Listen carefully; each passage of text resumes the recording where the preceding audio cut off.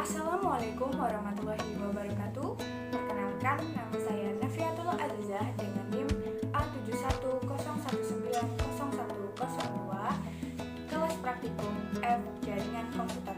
Pada kali ini saya akan membuat video untuk menyelesaikan ulangan akhir semester saya dengan mata kuliah praktikum jaringan komputer. Jadi pada video kali ini saya akan membuat slash untuk menerangkan jawaban dari pertanyaan-pertanyaan yang telah diberikan.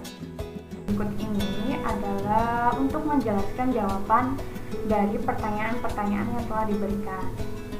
Langsung saja pada soal yang pertama, yaitu jelaskan perbedaan dari hub, switch, dan juga router dalam jaringan komputer beserta kegunaannya.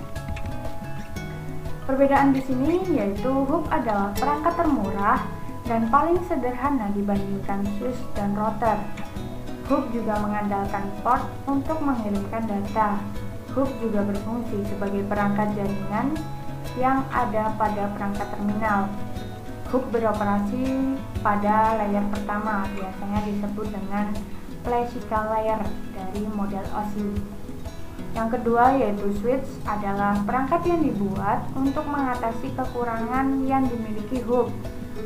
Switch ini dapat beroperasi pada layer kedua dan terkadang juga pada layer 3 yang biasa pada lapisan jaringan OSI model.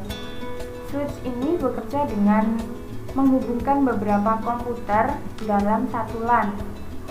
Dan yang terakhir yaitu router adalah perangkat jaringan paling rumit dan paling pintar di antara ketiga perangkat jaringan lainnya. Router ini bekerja di layer ketiga pada OSI atau biasa disebut dengan network layer. Router tergabung dalam beberapa jaringan minimal 2 atau lebih, biasa yang tergabung pada jaringan komputer LAN ataupun WAN. Kegunaan hub, switch, dan router yaitu 1. Hub menambahkan network spacing, memfasilitasi removal, menambahkan workstation, menyediakan manajemen terpusat. Sedangkan switch yaitu untuk menghubungkan sejumlah perangkat komputer agar bisa melakukan pertukaran paket dan meneruskan data untuk menuju berbagai perangkat tujuannya. Sedangkan router yaitu untuk menghubungkan suatu jaringan lokal dengan koneksi DSL, biasa disebut dengan Digital Subscribe Line atau biasa dikenal dengan SDL router.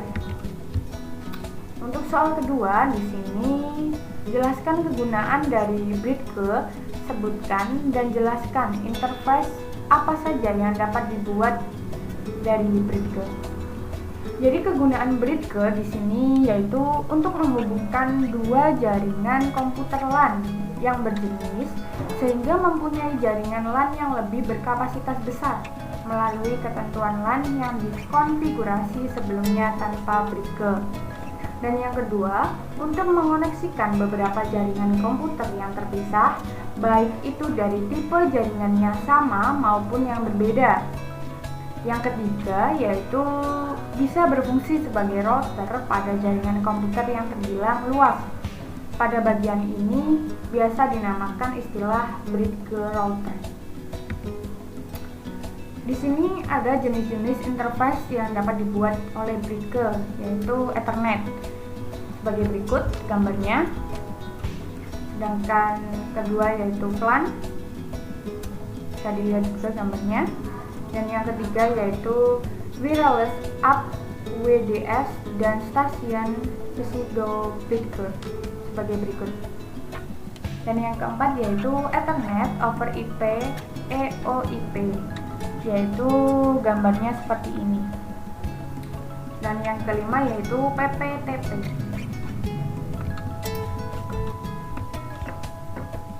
Dan masuk ke soal yang nomor 3 yaitu berikan penjelasan bagaimana simple queue kegiatan bab 9 dapat mempengaruhi kecepatan mendownload dan mengupload dari jaringan mikrotik. Di sini penjelasannya yaitu simple QU merupakan menu pada MikroTik OS untuk melakukan manajemen bandwidth untuk skenario jaringan sederhana. Untuk menggunakan Simple QU, pekerjaan paket classification dan marketing paket tidak wajib untuk dilakukan. Meskipun demikian, Simple QU sebenarnya juga bisa melakukan manajemen bandwidth terhadap paket-paket yang sudah dimarketing. Konfigurasi QU yang dilakukan oleh Simple QU tetap menggunakan hierarchical token bucket sebagai metode utama. Namun, QU tersebut tidak dilakukan pada interface visi. Cara kerja dari Simple QU di sini yaitu melakukan limitasi maksimal upload 128 kbps PS dan maksimal mendownload 512 kbps terhadap klien dengan IP 192, 168, 10, dan 2 yang sudah terhubung ke router. Parameter IP address dari klien ini yang akan dilimit internetnya. Dan masuk soal yang terakhir, yaitu jelaskan langkah-langkah dalam mengatur router OS agar dapat memancarkan sinyal WLAN dan membuat sistem hotspot login. Jadi langsung saja ke menu yang pertama, yaitu dengan menekan tombol hotspot setup. Wizard hotspot akan menuntun kita untuk melakukan setting dengan menampilkan kotak-kotak dialog pada setiap langkahnya. Yang pertama yaitu kita akan diminta untuk menentukan interface. Nama hotspot akan diaktifkan pada kasus kali ini. Hotspot diaktifkan pada WLAN 1, di mana WLAN 1 sudah kita set sebagai access point update ke. Selanjutnya, klik next agar bisa masuk ke local address of NIC.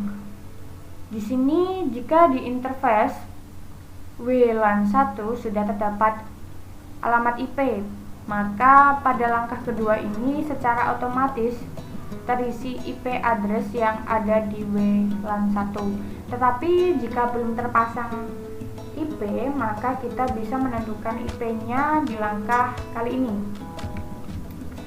Langkah kali ini yaitu untuk menentukan rank IP address yang akan diberikan ke user DHCP server.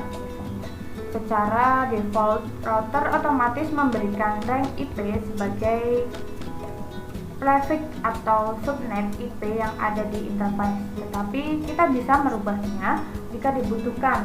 Lalu tekan next. Dan langkah selanjutnya yaitu untuk menentukan SSL certificate jika kita akan menggunakan HTTPS untuk halaman loginnya. Tetapi jika kita tidak memiliki sertifikat SSL, kita pilih none.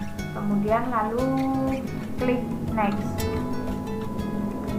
Masuk ke 5, yaitu jika diperlukan SMTP server khusus untuk server hotspot biasanya dapat ditentukan, sehingga setiap request SMTP klien direct di route ke SMTP yang kita tentukan karena tidak disediakan SMTP server IP 0000, kami biarkan default, kemudian lalu klik next.